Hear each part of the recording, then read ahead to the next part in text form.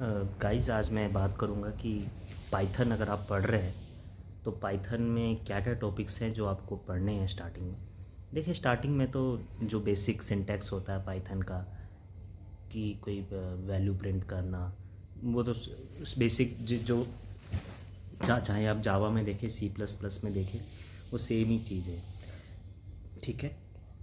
और अगर आप देखेंगे सेम चीज़ें फंक्शंस हैं उसमें स्टार्टिंग में टूपल्स हैं, टूपल्स वैसे टूपल्स बोलते हैं इन्हें, लिस्ट है और फंक्शंस मैंने जैसे कि बोल दिया, ऑपरेटर्स जो सेम कॉन्सेप्ट जावा के है स्टार्टिंग में वही है। If else statement, for loop कैसे यूज़ किया जाए, वाइल लूप कैसे यूज़ किया जाए, जो आपने सी प्लस प्लस जावा में पढ़ा है वो सेम वैसा ही चलता है, बस थोड़ा सा सिंटैक्स अलग है इसमें जैसे कि अगर आप देखेंगे बाकी प्रोग्रामिंग लैंग्वेजेस में, जैसे कि मान लीजिए बाकी जो प्रोग्रामिंग लैंग्वेजेस हैं सी प्लस प्लस जावा, उसमें हम कर्ली ब्रेसेस यूज़ करते हैं। जैसे कि कोई इफ़ स्टेटमेंट है तो कर्ली ब्रेसेस यूज़ किया, इफ़ स्टेटमेंट में अंदर जो बॉडी में कुछ जो लिखा, जो कोड एग्जीक्यूट करने के लिए लिखा, फिर जैसे वो लिख दिया तो उसको क्लोज़ कर दिया।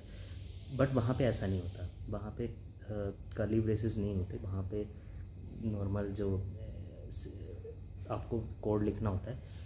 तभी इसी वजह से कुछ आइडेंटिफिकेशन एरर्स भी आते हैं पाइथन में, क्योंकि वो कभी कभी सही से वो रीड नहीं कर पाता है जो आपने लिखा है और वो उसमें एरर आ जाता है। बेशक आपने कोड बिल्कुल सही लिखा है तो आपको थोड़ा सा उसमें स्पेसेस वगैरह देने हैं तो वो एरर आप ख़त्म कर सकते हैं। फिर जैसे ये तो जो कॉन्सेप्ट आपने सी प्लस प्लस और जावा में पढ़े हैं उसके बाद थोड़ा सा डिफरेंस आता है। जैसे कि डिफरेंस नहीं आता है, मतलब सेम वही चीज़ है जैसे कि फाइल हैंडलिंग में रीड स्टेटमेंट, राइट और ये सब आईओ फंक्शंस और ये सब जो पढ़ा है वही है।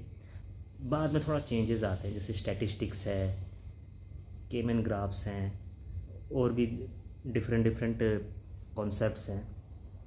मैटप्लोटलिब है, मैटप्लोटलिब आप जावा में नहीं पढ़ेंगे लेकिन पाइथन में है।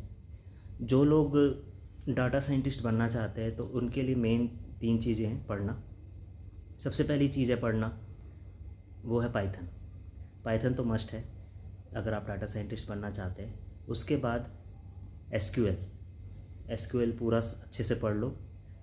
पढ़ने के बाद जब आप पढ़ लोगे तो उस कोड को आप अपने लैपटॉप में एप्लीकेशन एसक्यूएल की और एक की आप डाउनलोड कर लीजिए, पाइथन की आप एप्लीकेशन डाउनलोड कर लीजिए, तो आप प्रैक्टिस कर सकते हैं। और फिर लास्ट में आपको पढ़ना होगा टैब्ल्यू।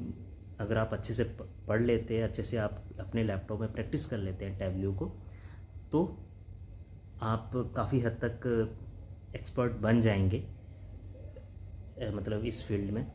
जब आप ये सब पढ़ लेंगे उसके बाद आपको एक प्रोजेक्ट बनाना है, ठीक है।